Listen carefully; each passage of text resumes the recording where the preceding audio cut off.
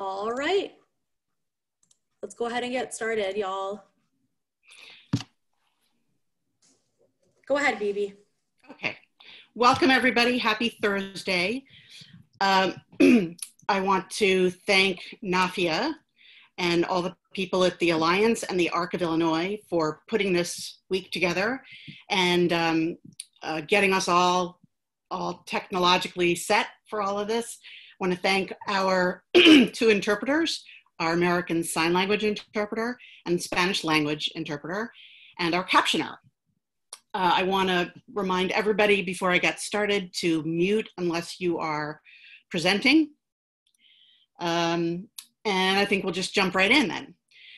My name is Bibi Novich, and I am the Voting Access Manager for Equip for Equality. Another presenter is Barry Taylor, who is our Vice President of Civil Rights and my boss. So on the first slide, we have two pictures, one picture of Barry Taylor and one picture of me. And you can go to the next slide. Equip for Equality, hopefully many of you have heard of us. We are the state of Illinois' protection and advocacy service for people with disabilities. We do a lot of things for people with disabilities. We, as you can see on the slide, we provide advocacy services in areas of fundamental rights, like your ability to live independently, in community settings, employment, civil rights, help with social services, help with special education. We have a team that investigates abuse and neglect in institutional settings. And we also, and the reason we're here today, is we provide guidance and advocacy services for voting rights for people with disabilities. And that's what we're doing today. So today, we're going to be, and I want to introduce our third speaker, who is a man named Kelly Pierce. He's also a voting rights advocate. Kelly, do you want to unmute and let people know a little bit about yourself and why you're an expert for today? Yes, thank you very much. I am blind and helped develop the audio interface for the voting system used by Chicago and Cook County. I'm also, and of course, use the audio voting machines since 2006 as a blind voter. And I will be sharing a little bit about my experience as a voter, how to use the audio interface, and what to do if things aren't working as expected, if access isn't happening, and also how to ensure in advance you will get the access that you want. Great, thank you, Kelly. I believe earlier in the week, for any of you who have attended the other trainings, you've learned about self-advocacy in general, and voting is certainly a very important way to self-advocate. You've learned about voter rights and responsibilities. And I think yesterday you learned about how to find out about candidates, all very important things. Today we're going to talk about really how do you vote? What do you have to do to vote? When do you have to do it? And what do you do if you have problems in the process? So go on to the next slide.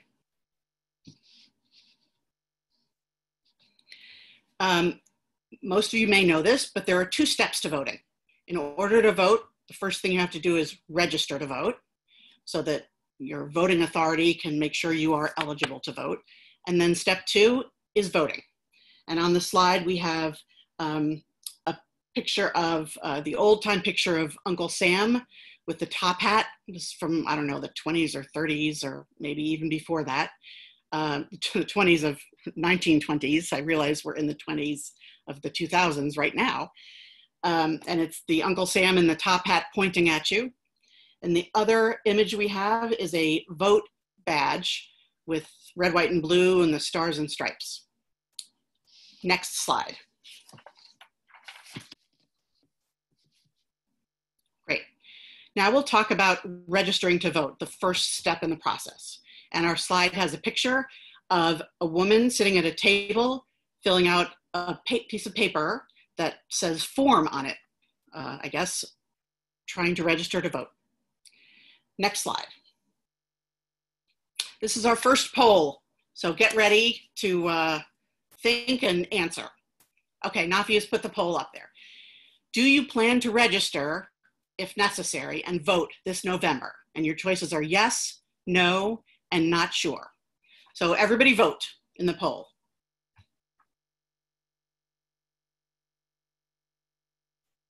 Looking good. 92% said yes. 8% said no.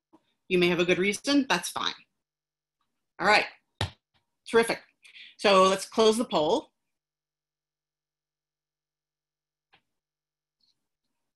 It's already closed and I already shared the results. Okay, great. Great. Next slide.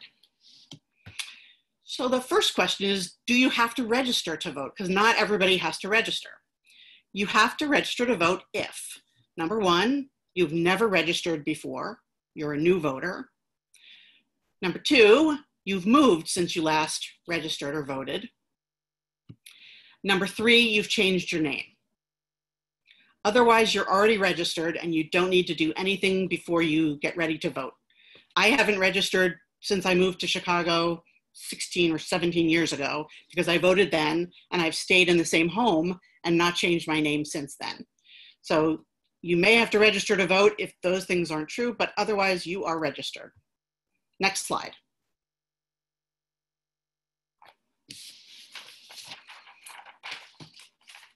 If you haven't registered, there are certain eligibility requirements to register and vote in the US.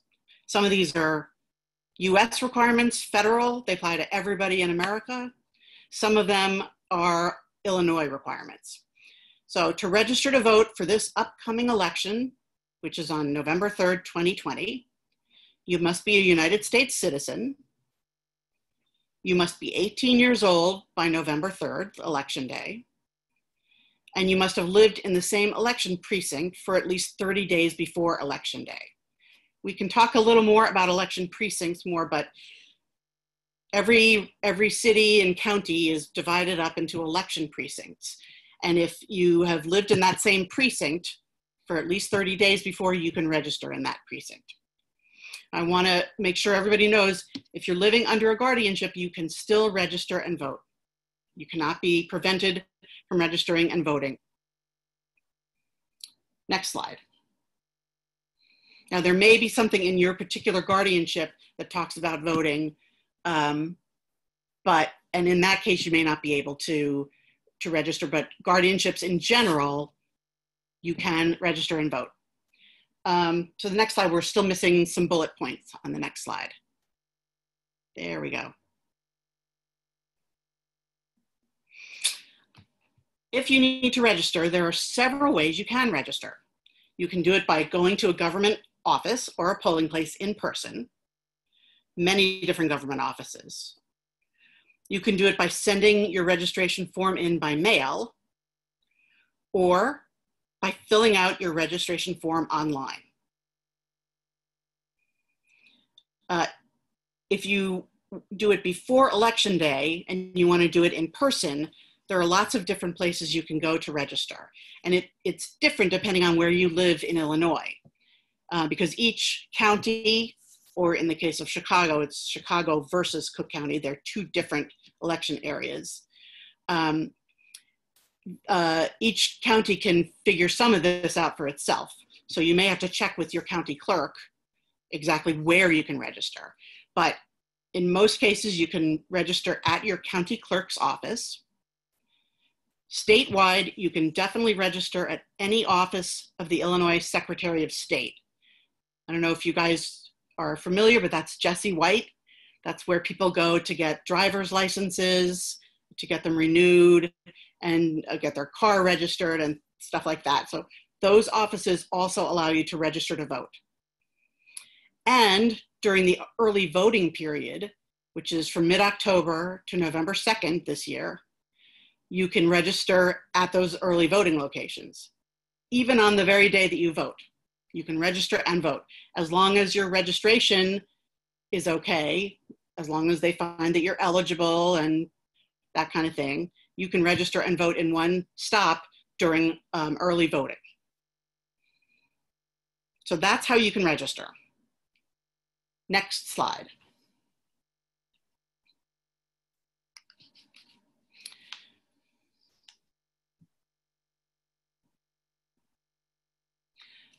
I think, oh no, here we go, good. So if you don't register before Election Day, now if you see the bottom bullet on that screen, it's always better to register in advance if you can, because you never know if there are going to be problems, questions that come up, you know, whether sometimes people's signatures are different and registration authorities will question the signature. Not often, but these things happen. And you know, sometimes people will go to the wrong place to register. So I would highly recommend that you register in advance so that you don't have to worry about it on Election Day. But if you do wait till Election Day, you can register that day at your assigned polling place. Just as you know, you register, and if that's accepted, then you can vote. So I think Illinois makes it pretty easy. Next slide.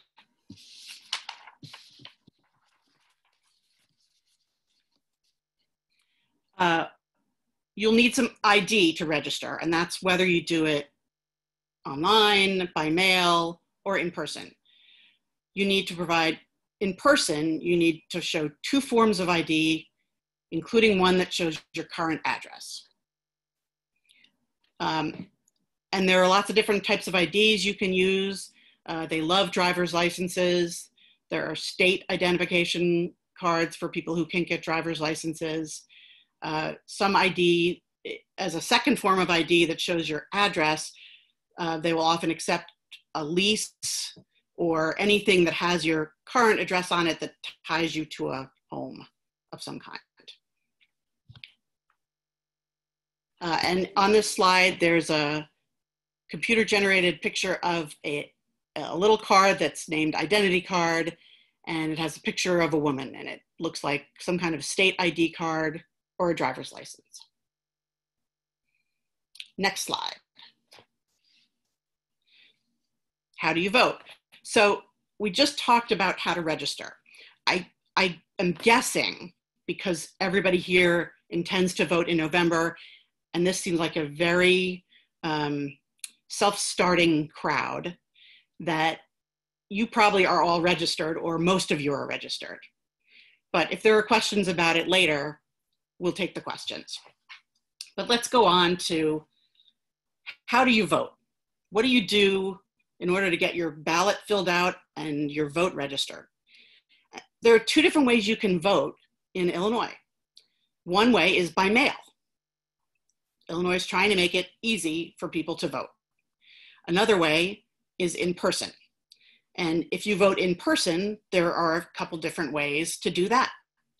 Number 1, you can vote using a paper ballot that you fill out with a pencil or pen. You do this all at a polling place. Another way, and Kelly's going to talk about this more later, is using a touchscreen electronic voting machine at a polling place. And those are kind of cool. And you can do these 2 types of voting on Election Day or during the early voting period at a polling place. Sometimes, again, it may depend where you are, what county you live in. Sometimes polling places will only have the electronic machines. I know in Chicago, during early voting, they have, I think, only the electronic machines at each early polling place. But on Election Day, they definitely have both types. Next slide.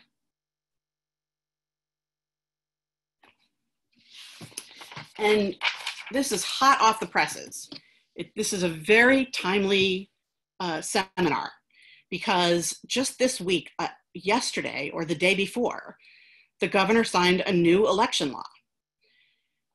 Because of COVID-19, the pandemic, the state government wants to make voting easier for people, and they want to have fewer people together in polling places at one time on election day.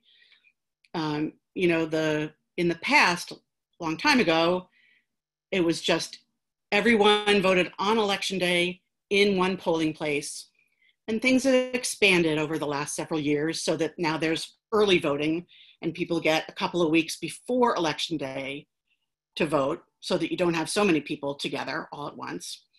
And given the pandemic and the danger posed by having a lot of people in one place at one time, the government has decided to make it even easier to vote and to have fewer people together in polling places on election day. So they're giving more options to vote on different days and even voting without ever going to a polling place. Next slide.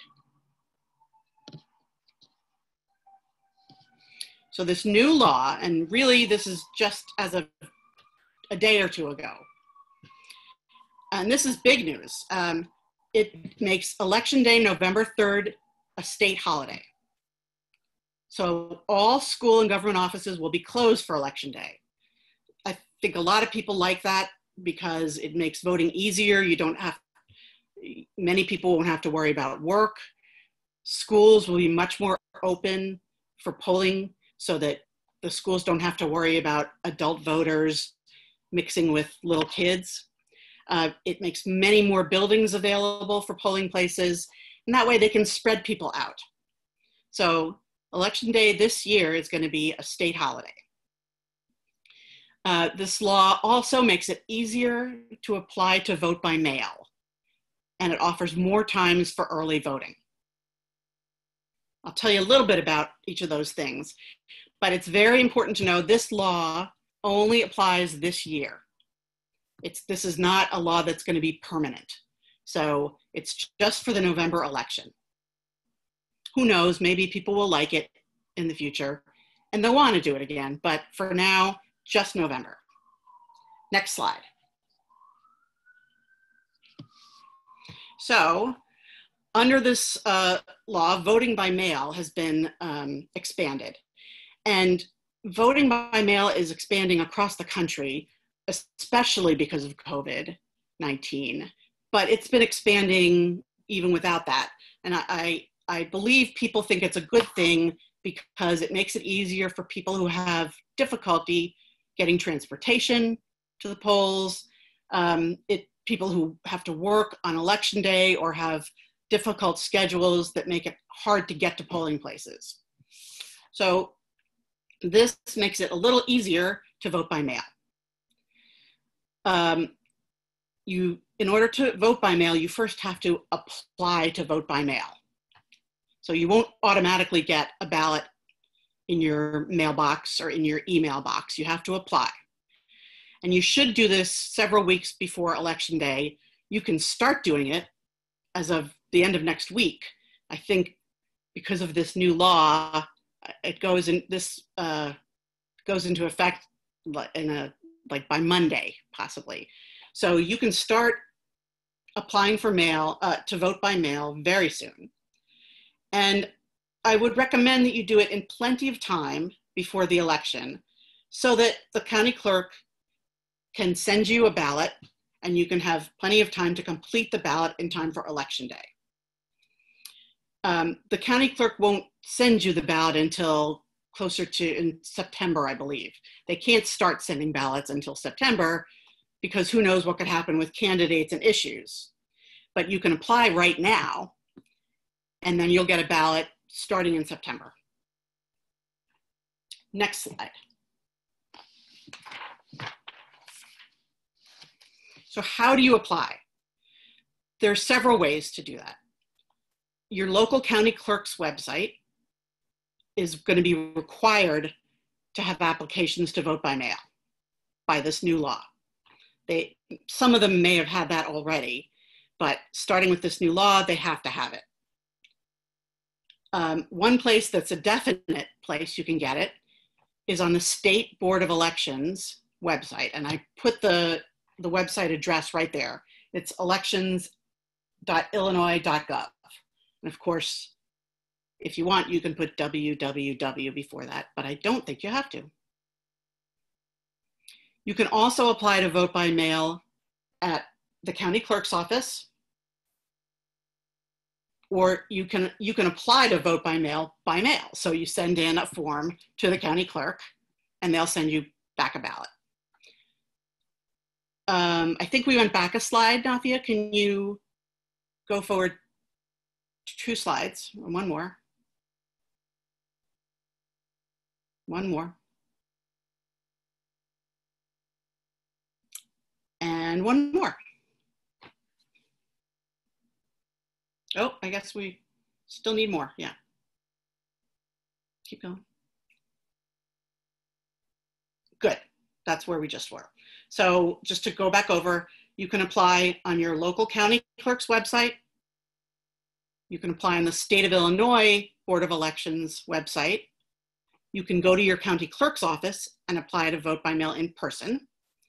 Or you can send a form that you download from the county clerk's website or that you pick up from the county clerk's office. You can send that in by mail. Next slide. Okay, so we were just talking about applying to vote by mail. If you get your application to vote by mail in and everything's okay with it, you will be sent a ballot in the mail. And that will be, I believe it's, like I said, starting in September. I believe September 24th is when they first start sending them out. So you'll get a ballot, and that's the ballot with the candidates on it and any other issues. You have to fill that ballot out with a pen or pencil, choose your candidates, sign the ballot, and it'll come with a return envelope, and you have to mail it to your county clerk. Or you can drop it off. You can take that ballot in the envelope, drop it off at any polling place during early voting, or even on election day if you forget to mail it on time, because you have to have it postmarked by election day.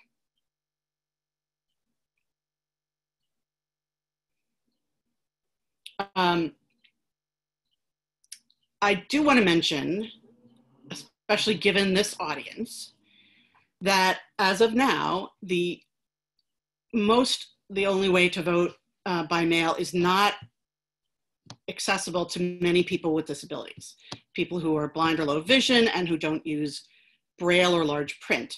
You should be able to get a Braille or large print ballot. There's some question about whether you can get a Braille ballot, but you should be able to get a large print ballot when you apply to vote by mail. You cannot get an electronic ballot in this state. And that makes it not accessible to some people with disabilities. So some people with disabilities will not, if they want to vote by mail, are going to have somebody help them, either telling them how to fill it out, and the person will fill it out for you and send it in the mail. And that's not independent or private. So this is something that we all need to work on changing in the state of Illinois. But that's how it is right now. So if you're somebody who can't use hard copies of things or can't write in votes on a hard copy, and you want to vote by mail, you're going to need some assistance. If you don't need assistance filling out paper, you can do it with independence. Next slide. So that was all voting by mail. Let's say you want to vote in person. And our slide has a picture of, it's a computer generated picture of what a typical voting room with a couple of voting booths, a couple of registration desks where people can come in, or not registration to vote, but they come and sign in to vote. And then they go to their their voting booths. And then there's a man who's filled out his paper ballot and is putting that ballot in a box. So if you want to vote in person at a polling place, you can do it early during the early voting period, mid-October to November 2nd. And you can do that at any early voting location in your city or county. What those locations are going to be, you'll have to check with your county clerk to find out. And for the exact dates of when that opens up, you'll have to check that out too. Thankfully, the new law the governor signed requires some expanded hours. So they have to be open a lot of hours every weekday during this period, and Saturday, Sundays, and holidays during this period. So you get lots of options during the early voting period. And during the early voting, it's just like voting on election day. It's just you have much more space. There aren't as many people there. And you have a lot more different times you can go. But it's the same thing that you do on election day. You sign in, you get a ballot, you fill out that ballot, or you ask to use an electronic voting machine, you fill out your ballot there, and then you submit your ballot. And that's the early voting. Next slide. On election day, I don't know how many of you have already voted on an election day, but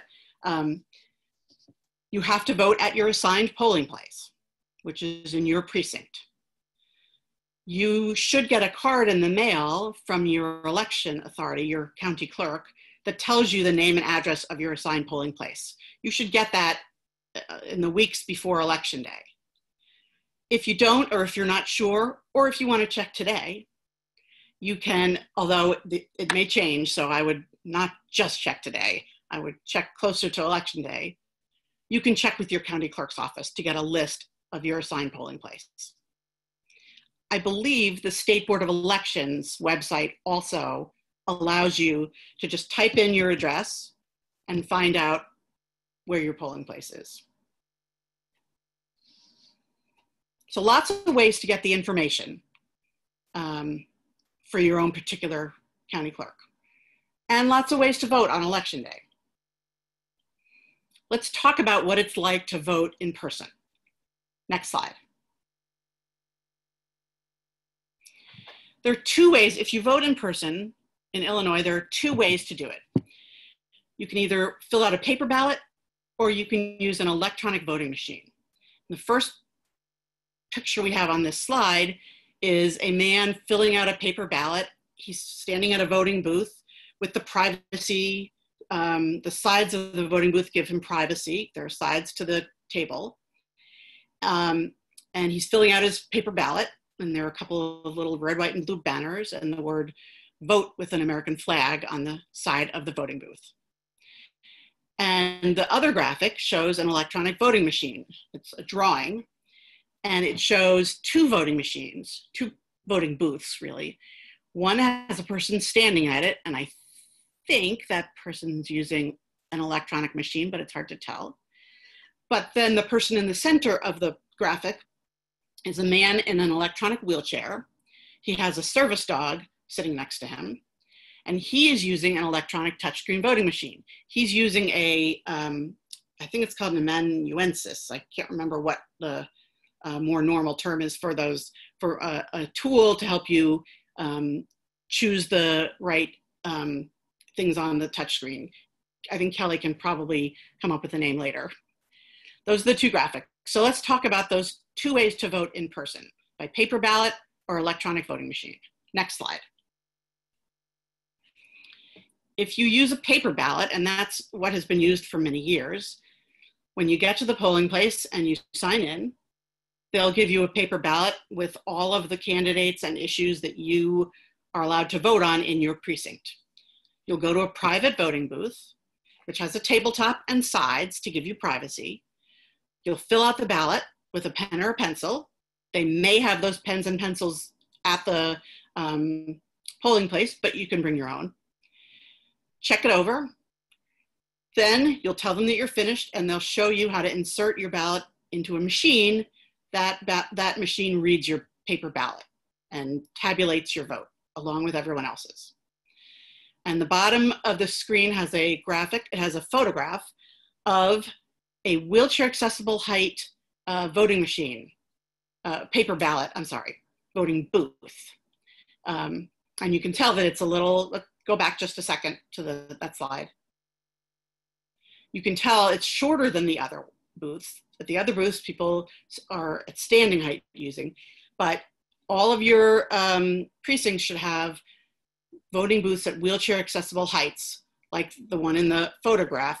And you'll notice in the photograph that that the legs have little black extenders on them to provide more space underneath, more wide space for somebody in a wheelchair to get under the table so that they can use the tabletop properly. That is what a wheelchair accessible voting booth looks like. At least in Chicago, that's the type of booth they use. Okay, next slide.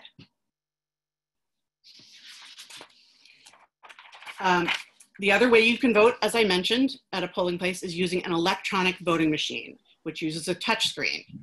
And Kelly, do you want to take it from here? I'm going to introduce Kelly Pierce again, who has far more expertise in these types of machines than I do and can describe to you what it's like and sometimes how it's difficult. Go ahead, Kelly. Sure, thanks, Phoebe. Now, there's electronic touchscreen voting machine, there's two primary ways of people using it. One is that people would touch items on the screen and make a selection that way. And when you make a selection, and an X typically appears next to the candidate's name, and then people then move through the ballot on the screen. And typically that is used by sighted people. However, one does not need to have, someone does not need to use anyone can use the touchscreen, not someone who is disabled or says that they have a disability. Anyone who wants to use the electronic touchscreen voting machine can use that. And then the other is then the voting machine with an audio interface. With the audio interface, there may be two kinds. In Illinois, every county is able to choose the kind of technology it wishes. So the voting machine used in one county could be different from the voting machine used in another county. So it's not possible today to talk about what machine might be used statewide, because different counties are likely using different machines or different models of machines from the same company. With many machines, there is one version that provides basic audio support for people with like a learning disability or people who have low vision, and that just reads out the candidate's name and is intended for people to use the touchscreens. There's another version of the audio interface that's intended for blind people who can't see the screen and then would use a keypad to make selections. And all the selections and navigation are then routed to this keypad, and the audio interface provides detailed information on which button to push after every prompt. So after every prompt or every piece of information in the audio interface,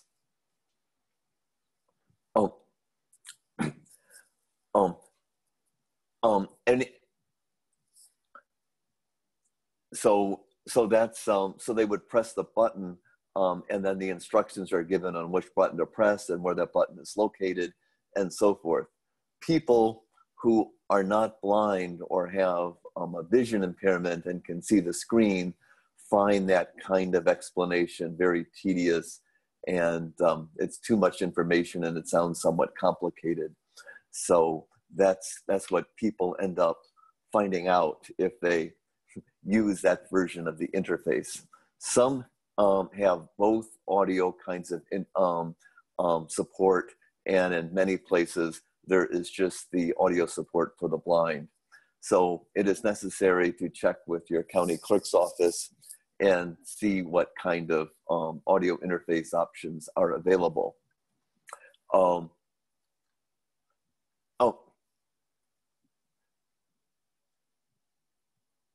And then when you go to the polling location, when you check in to, they will likely create a ballot card. And in some places that ballot card has information on it that enables audio. In other places that that is enabled on the screen itself, and a poll worker likely enables that. But that card is then inserted into the voting machine to identify the ballot someone is going to use, and if audio functionality is on the ballot, and so it is necessary when you go in and tell the poll worker that you want to vote that you want an audio ballot, because in many instances and many times they have to enable the audio functionality when they create the voter card, which actually gives instructions to the machine on what ballot to present to you. On many of the machines, they are programmed to present hundreds of ballots in that county. So that's why they need to program and identify the voter card for your particular local area. And so therefore, it is necessary to tell them that you want to use the audio interface and possibly what kind of audio interface that you need, whether it's basic audio or the one specifically for blind persons.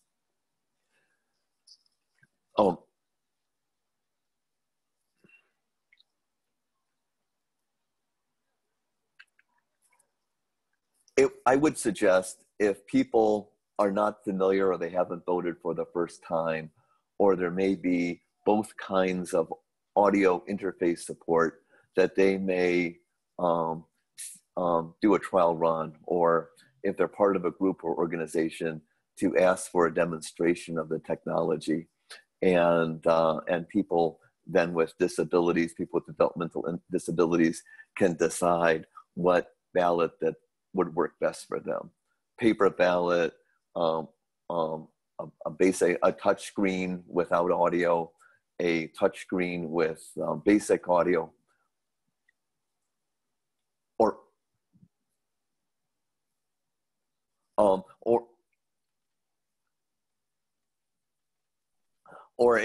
the one specific for the blind. So that would be useful for people. If you haven't experienced the voting system that works best for you, then that's something perhaps to explore.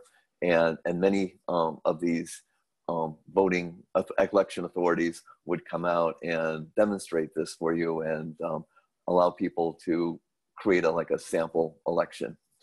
In terms of how counties decide which technology to use and which voting machines, that's a decision made typically by the election administrator, such as the local board of elections or the county clerk.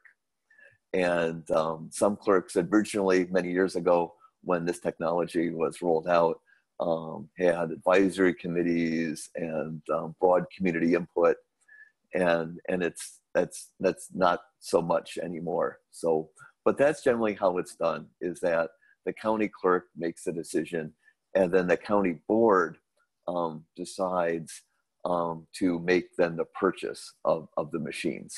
So the county clerk typically decides themselves, and then that purchase for that equipment is then decided by the county board. This will be done through headphones. So the polling place will supply the headphones. So if you forget headphones or don't know what kind to use,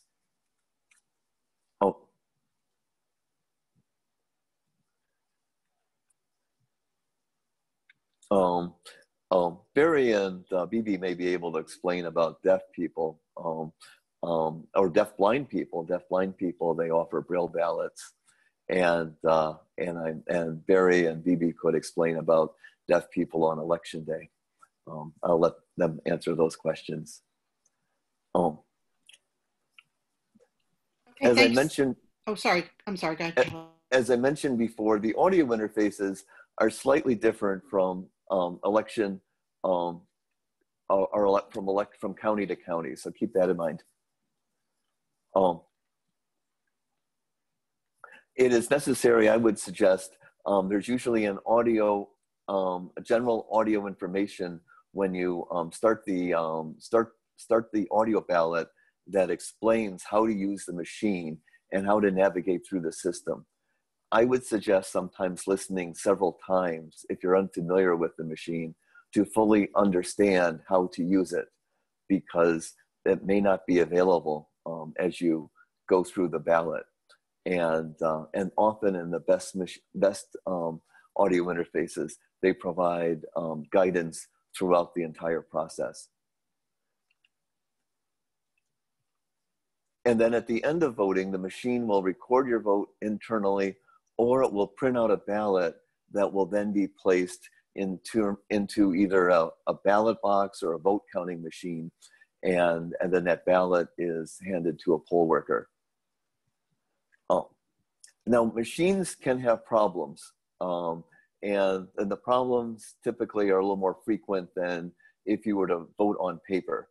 I would suggest raising the problem with the local poll workers, because it may be obvious to them, but not obvious to you.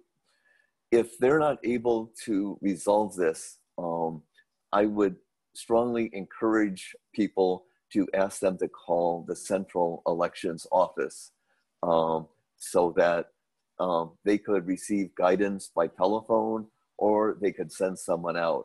Similarly, if you're voting by machine, it may be more useful to vote in the morning than in the evening or afternoon. So if there is a problem, there's time to resolve it, or possibly vote early. So to go out to vote early, so then if there is a problem, then they could even have days to resolve the problem. So you could go back and then use the audio machine if they find that there is a problem that even the local election voters can't resolve.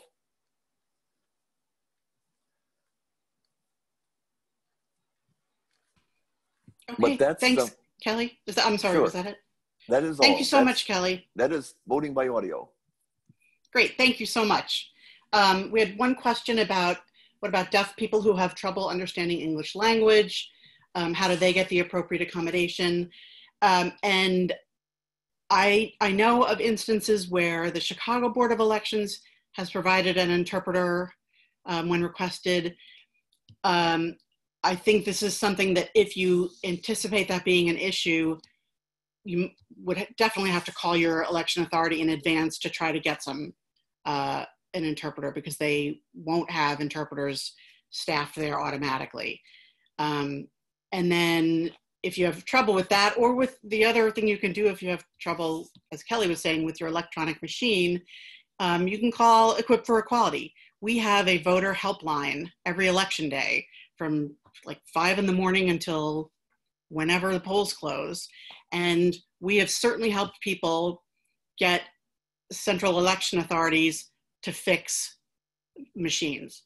And I think Kelly gave great advice about if you are unsure of using an electronic machine or any other accommodation you think you might need, start early in the process, because in case something doesn't go right, you'll still have time to redo it and get your vote counted, which is the most important thing. Okay, so before we go on to Barry, that was actually a strangely perfect transition to my next slide. Plan your voting day in advance. That's the best advice anybody can give you. Read your sample ballot beforehand. If you're a registered voter, or when you register, or if you register now, you will get a sample ballot in the mail. And that'll tell you who the candidates are, or if there are any, what are they called? Somebody knows the word for this. If there are any issues that you have to vote on, those will be on your sample ballot. So read it, research your candidates, know who you want to vote for in advance. Know the address of your polling place. And you should get something in the mail about it, but if not, check with your county clerk. Plan your transportation and your parking. If you're not sure about any of this, like if you're not sure how the transportation will work, if you're not sure if there's going to be parking for voters at the polling place, call the county clerk's office ahead of time to ask about anything. If you're not sure what kind of machines they use, call them ahead of time so you can plan or practice. You might be able to go and practice. And if you think you might need some assistance when you're there, bring someone you trust. Poll workers can help you. They can help tell you how to put your vote down, how to write it down, or how to register it on a machine. They can't tell you who to vote for. So it's not, if you think you might need some advice about that, bring someone that you trust. It can only not be, I mean, it can be anybody except your employer, or if you are a member of a union, your union representative. And then Kelly made a good point when he was talking to some of us beforehand. You can also bring any written notes you want. If you've made decisions in advance, bring your written notes. You're allowed to bring those into the polling booth. You can also bring a smartphone if you want to look something up when you're there. You are absolutely allowed to do that. Okay, next slide. Next poll, and then I'm going to shoot this to Barry. Okay, now that you've heard about all this and the new law, how would you prefer to vote this November? Choose one. By mail, different poll, Nafia, next poll. Just give me 1 second. Sure. Apologies. The choices are going to be, how would you prefer to vote this November? Would you prefer to vote by mail, in person during the early voting period, or in person on election day? And remember, this year is kind of different because of COVID. I personally always like to vote in person because I like being there with my neighbors and with other people. If I think it's very exciting. This year, I'm probably going to vote by mail because I don't know that it's safe. So those are your choices: by mail, in person, early voting, or in person on election day. And we have our votes in. It's a split. We've got 44% by mail, 28% during early voting, and 28% in person on election day. All right, I like to see that kind of variety. Okay, now you can go to the next slide, and I'm going to shoot this over to Barry Taylor to talk about ways to get around voting problems. Hi, everybody. It's Barry. So glad you could join us today. Thanks, Bibi, and thanks, Kelly, for all the great information you provided. What we're going to talk about now are some specific scenarios that might happen when you go to vote, particularly in voting in person, and some strategies on how to get around any voting problems you might have. So sometimes things get in the way when you vote.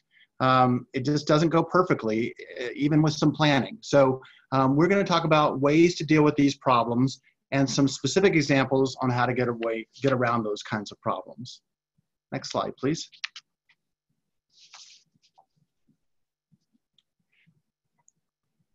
Next slide, please. Okay, I'm just going to go ahead with the slide, and Nafi will catch up to me. Yeah, here we are. So if you could just, yeah, there we go. We got it all there. Thank you, Nafia. So the first potential problem, let's say you have a guardian, and for some reason your guardian doesn't want you to vote.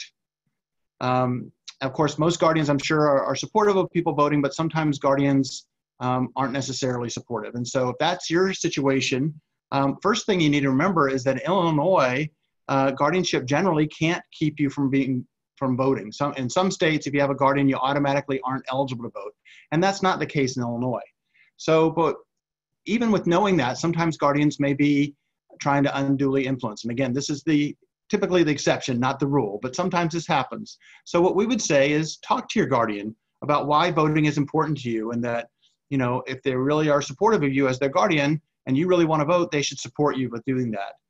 Sometimes talking to your guardian doesn't make things work out. And that's one reason Equip for Equality is around, is to help people with disabilities who have legal problems and problems in achieving what they want to achieve in life.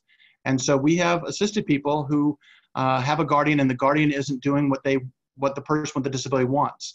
And so give us a call. We have our contact information at the end. You can choose an email or give us a call, and we'll talk to you about if there's a way for us to help you be able to vote or do whatever you'd like to do as a person with a disability despite having a guardian. Next slide, please. another potential problem. Let's say someone says they'll give you a ride to the polling place, but they'll only give you a ride if you vote for the person or the issue that they want you to do. Well, again, remember, as Bibi said before, voting is your decision. It's your choice on who to vote for, and it shouldn't be based on someone else's preference just because they do you a favor. And so, you know, one strategy would be to ask someone else to take you. Plan ahead, don't wait till the last minute, because if something problematic happens, you may be stuck. And so if somebody's trying to influence you on how to vote by saying they'll give you a ride, maybe somebody else can give you a ride. And then the other option would be to do, as Bibi was talking about, explore voting by mail. You don't need to go to the polling place to vote, right? So that might be another option as well. Now remember, if this is, I think there's one more bullet point, Nafia.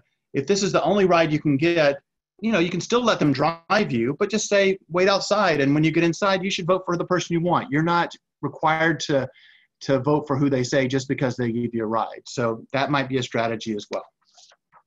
All right, next slide, please. So the next problem we've come up with is, let's say you use a wheelchair or a walker and the entrance to the polling place is not accessible or safe for you to use. Here's some strategies. You could ask about whether there are other entrances into the building. And in fact, if there is an accessible entrance, the law requires there to be signage that says, okay, main entrance isn't accessible, and then there's arrows pointing to where the accessible entrance is. You know, sometimes the polling place workers don't put up the signs correctly, and so it's a little bit challenging, but in a lot of cases, you'll have signs that direct you to the accessible entrance. There are a few places, or not a few, too many places in Illinois that are put in inaccessible locations. They don't have an alternate entrance. And hopefully your election authorities are working to make those as few as possible. But if you are in a place, say it's an old church that doesn't have an alternate accessible entrance, what you can do is you are entitled to what's called voting at curbside. And in that scenario, you let people know that you are unable to get in, and then they bring the ballot out to you, and then you can vote and turn it in. Another option is that if you know that your polling place is inaccessible, maybe you want to explore vote by mail as an alternative. And then the other thing to remember is that we've talked about early voting and voting on the day of the election. Sometimes those aren't the same place. And the law requires that all early voting sites are accessible. So another option would be to, if you really want to vote in person, is to vote in one of those early sites that are supposed to be accessible. Again, there may be problems with those, but generally those are way more likely to be accessible than the ones on election day. So that's another strategy that you might come up with as well. Next slide, please. So when you are signing in or coming to vote, you'll sign in and they compare your signature to the one when you registered. And sometimes a poll worker might say they can't read your writing when they sign in. And so what you should, one of the strategies you could do is to make a mark, or some people who have difficulty writing because of their disability have developed a signature stamp, and that's perfectly fine to use that, especially if you use that signature stamp when you registered, it will match. So it's important to insist that you be able to vote despite anything they're challenging when it comes in writing. Now, if you are trying to explain that you're signing by a mark or by a stamp, there may be an additional form that you have to fill out that explains why it's not a traditional signature. But again, you want to go ahead and push for your right to vote even when people are challenging because of the writing issue that they've come up with. And we'll talk about, if they don't give you a ballot at all, what you do in a couple slides. Next slide, please. Another potential problem, back up one more, please, Nafia. Thank you. Let's say the poll worker doesn't understand your speech. Perhaps you have cerebral palsy and they are unable to understand you. That's not your fault, right? And just like there is no literacy or reading requirement for voting, there is no speech requirement for voting either. You're not required to be able to speak in order to vote. So if they don't understand your speech, there's some strategies you can use there. Some people who have speech that other people can't understand, they use a communication device. And as Bibi said, you can also bring anybody like a family member or a friend that you trust and respect, they come in and maybe help the poll worker understand you if that's not something that you're able to do on your own. And the main thing to make sure they understand is you're capable of voting, you know how to do it, and it's your right to vote, even if they can't understand your speech. So that's another thing. And sometimes people who have a hard time being understood are certainly able to communicate in writing, and that might be another option as well. Next slide, please. So again, sometimes poll workers, when they see somebody with a disability, assume that you have a guardian and may even ask where your guardian is. So for many people with disabilities, they don't have guardians, and so you say you don't have a guardian and you don't need a guardian to vote. Other times people may have a guardian, but again, in Illinois, you don't need generally a guardian for authorization to vote. And this is a great time to be a self-advocate. Tell them you know about the issues, you know about the candidates. The law, the Help America Vote Act, says you have the right to vote. And so you just need to explain that you don't need a guardian to vote. And the fact that nobody's there with you doesn't mean you can't vote, despite the fact that you have a disability. Now, if they really push and won't let you vote, as Bibi said, we have a voter rights helpline on election day that we'll give to the Alliance and to the ARC, and hopefully they'll send it out to everybody, so you'll have that number on election day. And you can call Bibi and some of our other folks, and we can advocate for you and talk to the county clerk or the election authority and say this person is being denied improperly the right to vote, and work on getting that addressed as soon as possible. Next slide, please.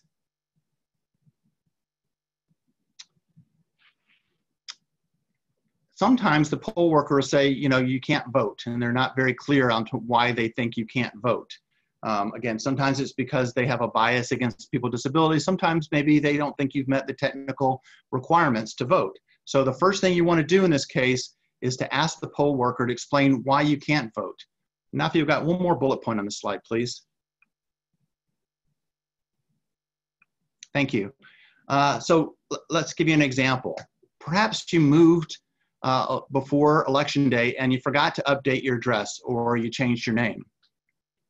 Well, they're right, though, if you haven't updated your registration, that you're not able to vote automatically, but you can be able to vote, to vote if you register that day. So it used to be that you couldn't, you had to register ahead of time, and now you can actually register to vote on the actual day of the election. And so you should be able to register with your new name if you changed your name, or your new address if your address has changed, and bring the proper forms of ID. And we'll talk about the ID issue during the question and answer session, because there was another question on that. All right, next slide, please. And let's say you did everything that they asked for and they still say, nope, we're not going to let you vote. For some reason, they think there's a reason you can't vote. Again, whether it's disability bias, or they think you haven't met the requirements. The main thing to remember is that even if the poll worker insists that you can't vote, you are still able to vote with what's called a provisional ballot. And what that means is that sometimes it's not clear on whether you're eligible to vote or not. They may think that you didn't do something and you're like, well, I sent it in. Or they may think that your ID is not appropriate and you think it is. Well, rather than just leaving and being frustrated and saying, oh gosh, I guess I don't get to vote this time, you need to self-advocate for what's called a provisional ballot. And what a provisional ballot is basically allows you to vote just like anybody else. But it says that before we actually count your ballot, we're going to check and make sure that you're actually eligible and resolve those questions afterwards. But what we don't want people to do is just leave and not get to vote. So ask for that provisional ballot if they're not letting you vote with a regular ballot, and make sure you're able to vote for the candidates that you want to vote for. And then they will figure out whether the technical problem that the poll worker raised was valid or not. And you can check with your election department to see if your vote was actually counted, because they actually have to go through all the provisional ballots and determine whether you were in fact eligible to vote or not. And you can find that out if that's important information for you to find out. Next slide, please. All right, getting around voting problems. The next problem we have is there's not an accessible voting booth at your poll. So what do we mean by an accessible voting booth? Well, on this slide, there's a picture, and you have a person sitting in a wheelchair with a ponytail, and they are voting. And what you can see is that polling booth, it's an accessible voting booth. Why is it accessible? Because it's lower than the traditional voting booth. So in most places where you go into a voting booth, you vote while you're standing. And so the polling booth is higher. You just walk up and you write. Well, if you're in a wheelchair, that's not going to be a polling booth that works for you. And so what the law requires is that every single polling place not only has an accessible voting machine, but it also has an accessible voting booth, which means it's lower. And a person in a wheelchair can ride right up to it and vote comfortably and easily. And so what we found in a lot of polling places is they have that accessible voting booth, but for some reason the poll workers haven't set it up. Maybe they think, oh, we don't have anybody who uses a wheelchair in our precinct. Why go through the hassle of putting together this accessible voting booth? Well, that's absolutely wrong. They should be putting that together just like all the other voting booths. But if you go in and they haven't set it up and you're in a wheelchair, you can certainly say, do you have an accessible voting booth? And they'll say, oh yeah, it's over here. And then you can certainly insist, I would like you to set it up for me. Sometimes there's delivery problems and maybe they forgot to, deliver it to this particular polling place. And so what you could ask is, is there an alternate place for me to vote? Maybe there's a table you could roll up to and they could put the ballot there and try to put it in a place where it's still private, and just kind of figure it out, because you have a right to vote just like anybody else. And it's really their fault that they don't have the accessible voting booth. Another strategy, like Kelly said, is to ask them to call the election authority. They usually have a phone number that poll workers are given to call when problems happen. And they may say, okay, we'll call them up and see if they could deliver an accessible voting booth quickly. And it's up to you. You may say, look, I'll work it out on a table or something, or like maybe they have a clipboard or something like that. Or if you have the time, you could wait until the voting booth is delivered. You could maybe, if they say it's going to be a long time, maybe you come back later in the day. It's really up to you to sort of navigate that and advocate for it, depending on what your circumstances are. But it's really important that they have this equipment set up. And what we find is usually it's not that they don't have it, it's just they haven't set it up. So that's a good self-advocacy opportunity for you. And that'll help not only you to vote, but any other person in a wheelchair who comes and votes after you. Next slide, please. The next problem is the location of the voting booth does not give you privacy. So the law says that you're not only entitled to vote independently on your own, but you're also entitled to have a secret ballot, have privacy. No one else is allowed to know who you vote for. That's your business. Obviously, you can share with the people if you are really proud of who you voted for and you want to share that, that's great. But you can also keep that completely private and secret if you'd like to. And what happens sometimes is that when they set up the voting area for folks with disabilities, maybe, like I said, they don't have the voting booth set up and they just put it on a table and it's right where everybody else is registered and they can see, or maybe they set up the accessible voting booth in a way that people can see who you're voting for. Well, all you have to do in this situation is talk to the poll worker and say, look, I'd like to vote privately. And the way it's set up right now, it's not private. People can see who I'm voting for. Could you please move the accessible voting booth or the voting booth that I'm using so that I have privacy? And they should do that for you. Again, if you have a problem with a poll worker, maybe you ask another poll worker. Sometimes you get a grouchy poll worker and the other one is very nice. So, try the different folks who are there. Hopefully you'll find one that is helpful to you. And if not, please call us on our accessible voting helpline to get information and we can advocate for you. We can call up the election authority and have them work out any problems that are going on. And there is one more bullet point that says that the Help America Vote Act, or HAVA, does give you the right to vote privately. So that's in the law. This isn't just something that's your preference. It's in the law itself. All right, next slide, please. So let's say you get in the voting booth and you're just not sure what to do, and that's understandable. Voting can be a little complicated, especially when it's your first time. So there's nothing to feel bad about. And the good thing is that you're allowed to get support if you're not sure what to do. So sometimes the reason you're not sure is you're not sure who to vote for. So for instance, sometimes there's a list of judges and you're like, man, I didn't really think about this ahead of time, and you're not sure what to do. So this is where BB's strategy of planning ahead really makes a lot of sense. And getting a sample ballot and looking at who the different candidates are for different elected offices, including the judges. There's a lot of information about candidates out there, and I know that's part of the webinar series this week is how to get information about different candidates and things like that. And using those strategies can really help. And then you can bring that information to you. So if you're concerned that you won't know who to vote for by memory, you can bring any papers you want and decide who you want to vote for, and then have that information ahead of time and bring it with you, and then that'll make it easier when it's time to vote. Sometimes, though, it's not about the voting problem isn't that you don't know who to vote for, it's you're not sure how it works. You're not sure what you do with the marker that is provided or the touch screen. It's just something that you're not familiar with. Well, again, you can ask for help with a poll worker. They should come over and help you understand how to vote if you have problems with that. And as BB said, you can bring anybody you'd like with you as long as it's not your employer or the union representative. So you can ask somebody to come in and help you if that would be helpful for you. So the next two slides sort of go into this in a little bit more detail about support. So the first one is to ask poll workers to explain how to fill out your ballot or to use the voting machine. Now remember, poll workers are there to help you understand how to vote, not to decide who to vote for. So they're just supposed to help you figure out how to vote, and then the rest is up to you.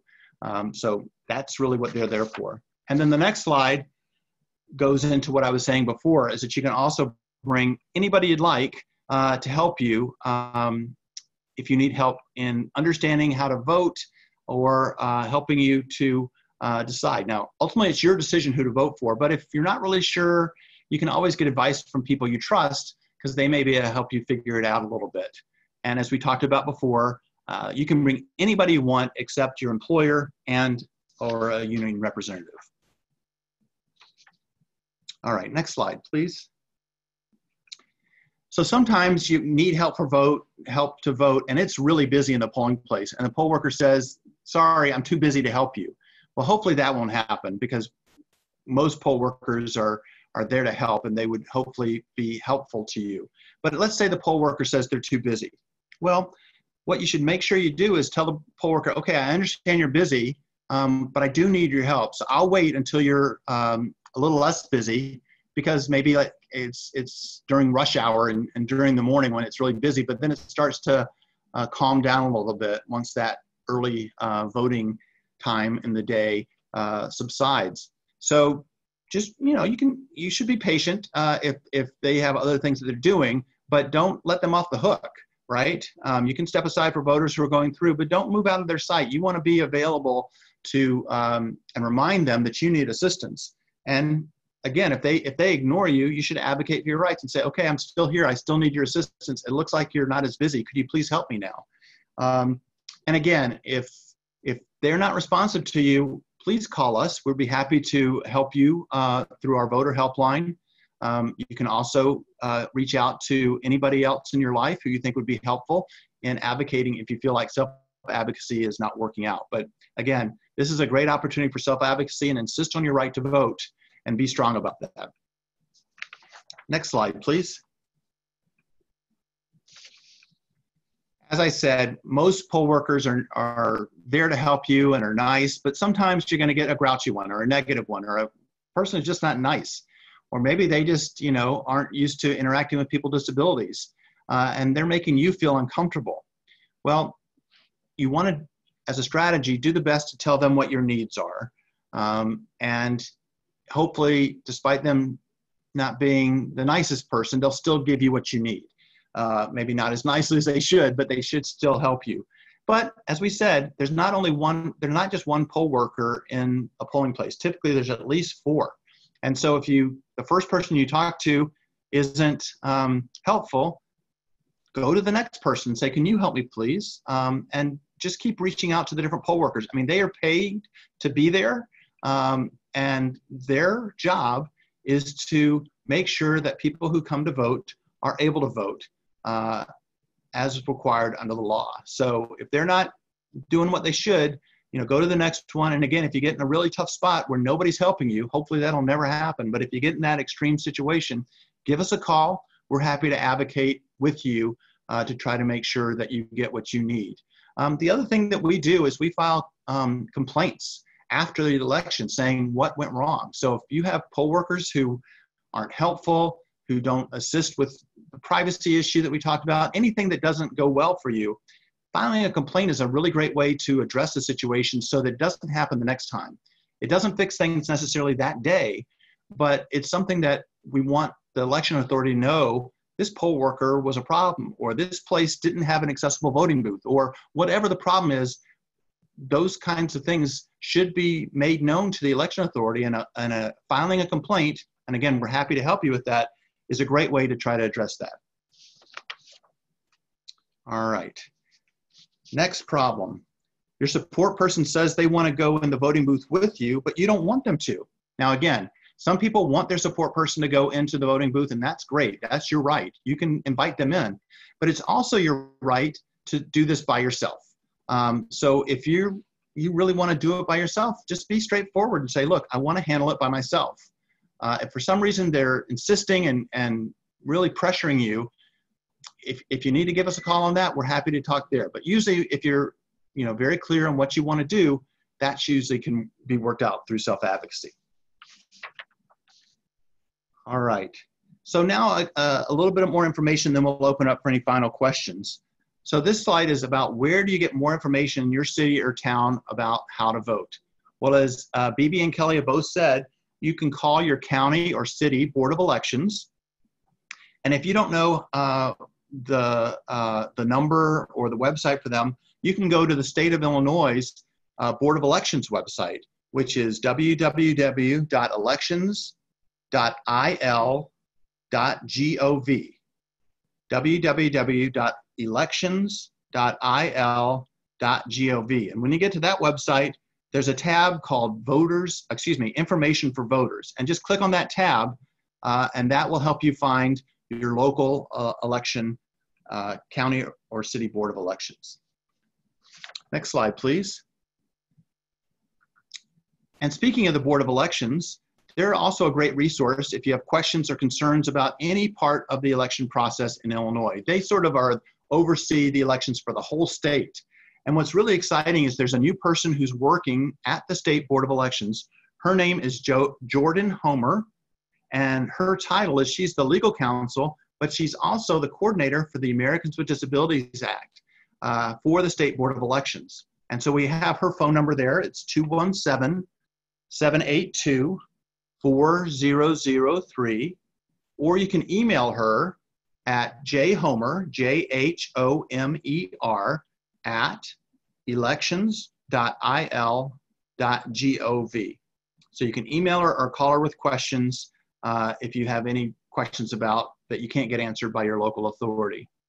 As I talked about before, you can also file a complaint on the Help America Vote Act with the State Board of Elections. So I talked about how you can file a complaint to make sure problems that you experience don't happen in the future. Well, the State Board of Elections is the agency that is designated by the state to review those Help America Vote Act complaints. And as I said before, if you need help filing one of those complaints, you can call us at Equip for Equality. We do these pretty routinely and are happy to help you file a complaint and then follow up with the State Board of Elections to see what they did with the complaint. Because it's not only important to file the complaint, but also important to find out what happens with your complaint. Did they do anything to make the situation better for you and everybody else in the future? All right, so we now have our final poll. And if it looks familiar, it's actually the first poll that we had, but we wanted to do it a second time just to see what the numbers were after you went through this, presentation. Because sometimes people say they're not going to vote or they're not sure they're going to vote because they're nervous. And hopefully some of the information that we provided might make you a little less nervous and maybe more inclined to vote and to register. So you have three options. The question is, do you plan to register if you're not registered already and vote this November? Are you planning to register and vote for the election in November? Your options are yes, no, and not sure. And it looks like our numbers are pretty close to what we had before. 91% said yes, so we have a strong, large number of folks who are planning to vote. We've got 9% of folks who aren't sure if they're ready to vote.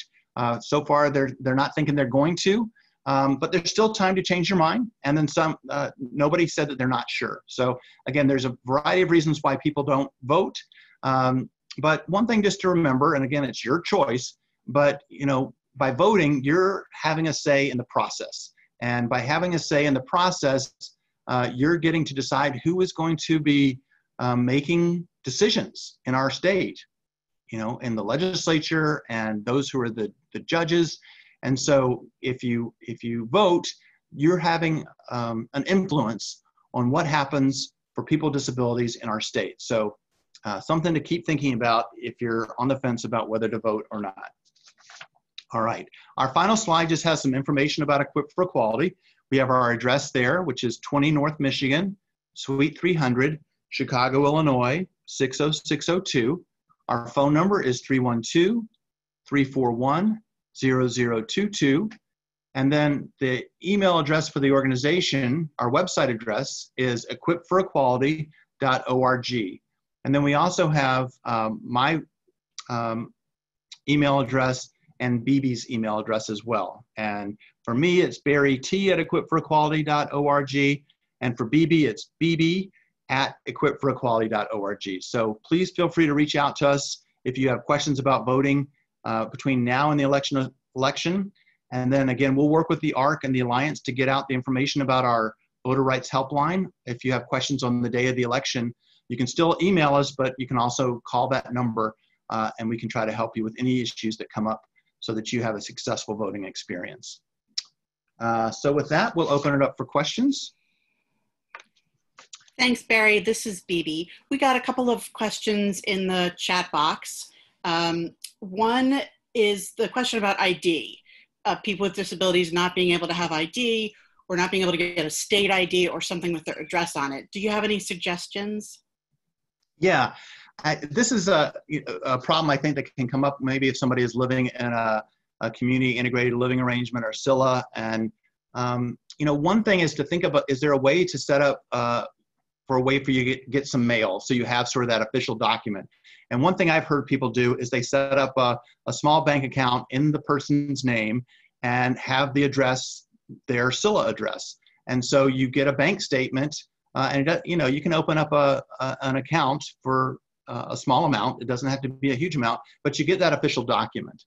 You know, if you get in a situation where you just don't have the documents that are required, and the reason you don't have it is because you're a person with a disability, what we would argue is that, you know, the state needs to accommodate you. Under the ADA, they're supposed to make modifications to policies and requirements. And one of the possible modifications would be, what kind of document do you have?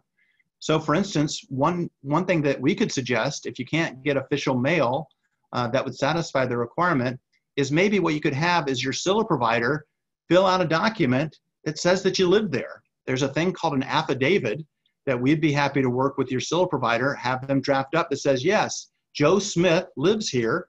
They're a person with a disability. They don't receive mail, but they do live here, because what's required here is to know your residency. They want to know where you live when you register so that they know where you should vote. That's what's really important, is knowing that where you live. Not that you have a bank account, not that you have a utility bill, right? Those are just ways of showing where you live. So if you don't have those sort of things that they typically require or typically use to prove residency, coming up with an alternate way to prove your residency, like a document from your SILA provider, seems to me like a way you could get around it. And again, because this is asking them to do something different than they usually do, it's an accommodation. We'd be happy to help you with that, because that's what we're in the business of doing, is helping people get access when it's not something they can get on their own. This is BB again. We had one other question about what are the safety rules for polling places? And the questioner was talking about kind of building safety. What do they do to make sure the building is safe so that things aren't catching on fire, that kind of thing. And polling places have to meet local building codes. Most of them are government offices anyway, but although some of them are churches, but polling authorities, like your county clerk, have to go in beforehand and inspect these places. So they should all be safe. There are some additional rules this year because of COVID, but it's in this new law the governor just signed, but it's fairly vague. It didn't have a lot of specifics, but it did say that that county election authorities have to make sure that polling places comply with whatever regulations the Illinois Department of Public Health comes up with. So they are taking that into account. They are trying to offer more curbside voting for people who don't feel it's safe to go inside a polling place. That's not necessarily a requirement, but they're encouraging it.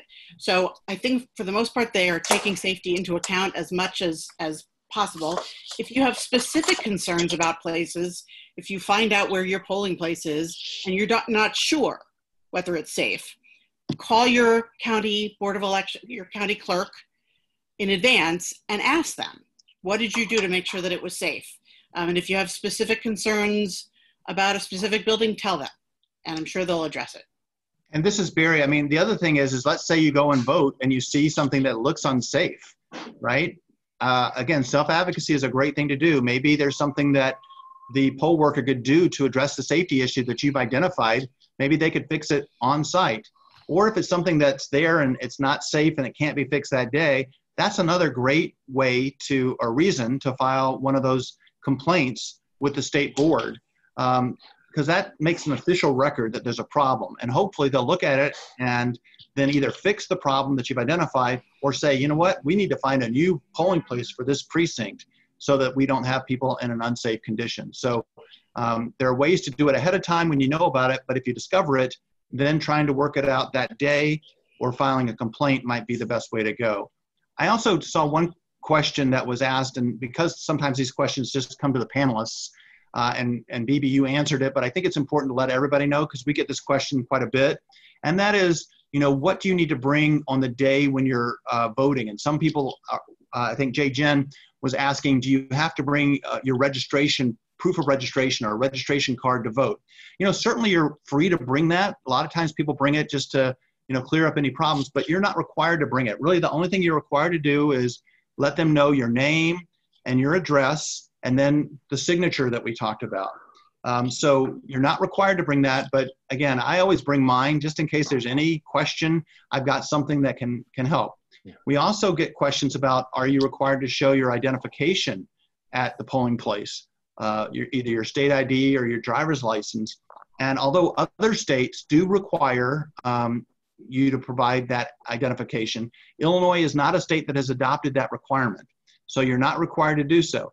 Again, sometimes people bring it just so they have some backup information in case there's any kind of question about their registration.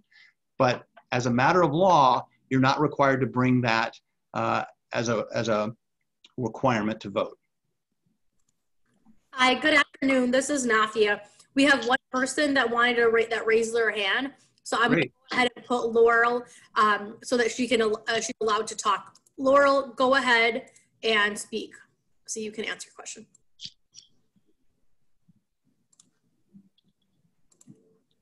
Hi, Laurel. It looks like you're on mute. I don't know if you want to go ahead and unmute yourself, Laurel?